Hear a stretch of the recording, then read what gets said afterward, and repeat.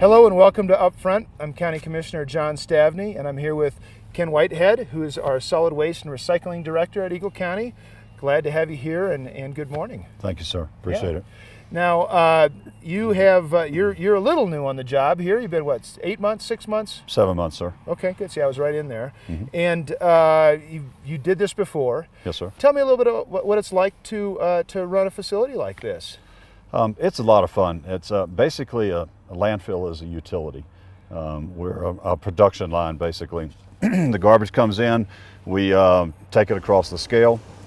It's weighed so we can determine what to charge for it. We bring it to the working face. We have equipment out here that compacts it, buries it, and then we weigh the person on the way out. And it's a lot of fun.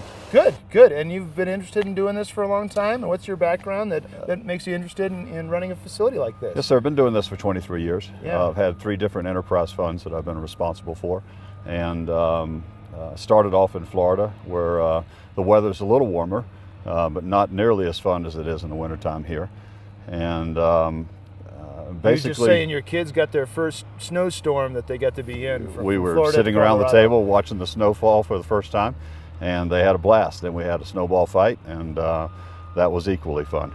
Yeah, but the mechanics of landfills, whether you're in Florida or Alaska or Colorado, you have to deal with the soils and the location, but are a lot the same. You've got a business you're running, you've got to manage the people, and you've got to manage the equipment and the finances of it. You've got to balance it with revenues coming in, but you've got a pretty significant regulatory part of this too. It's not like you just say, well, this is a nice remote part of Eagle County, let's go ahead and dig a hole and start dumping stuff in it. I think some people may think of it that way, but it's a little more sophisticated than that. Can you get into a little bit of how we've been running this facility since 1985 Yes, in sir. Eagle County? Mm-hmm. A little bit about why the site's special. I mean, it's beautiful. You got a great view of the New York range, and we're looking at Red Sky Ranch, and Ute Creek is where we are as a place.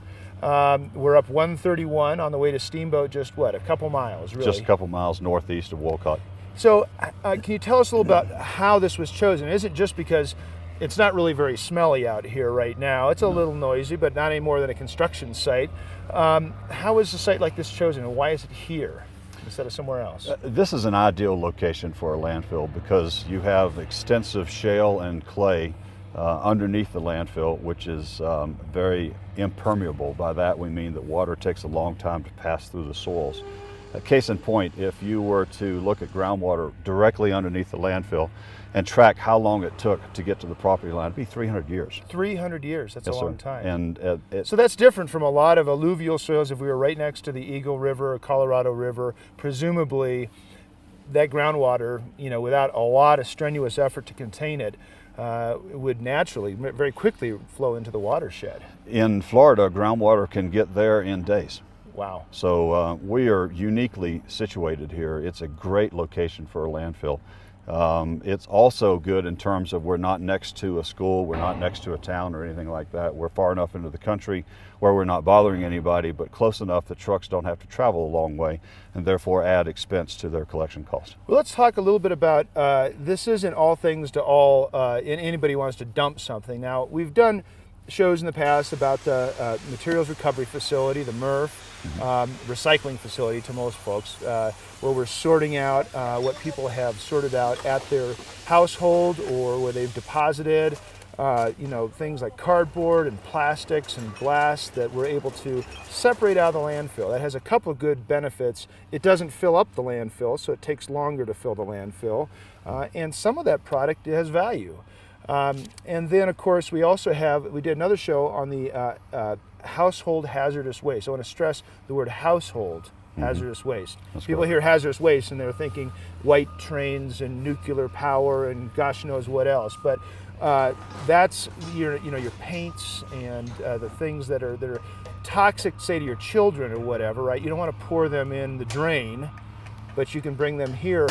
What's left over? What do we deal with here, and what do we not? Let's start with what do we not deal with here. If I were, what would I pull up with that you would say this isn't rated for that kind of material? What would that be? What kind of things? Anything that the federal government considers hazardous waste, which would be exceptionally corrosive or ignitable, something like that, we're not permitted as a hazardous waste landfill.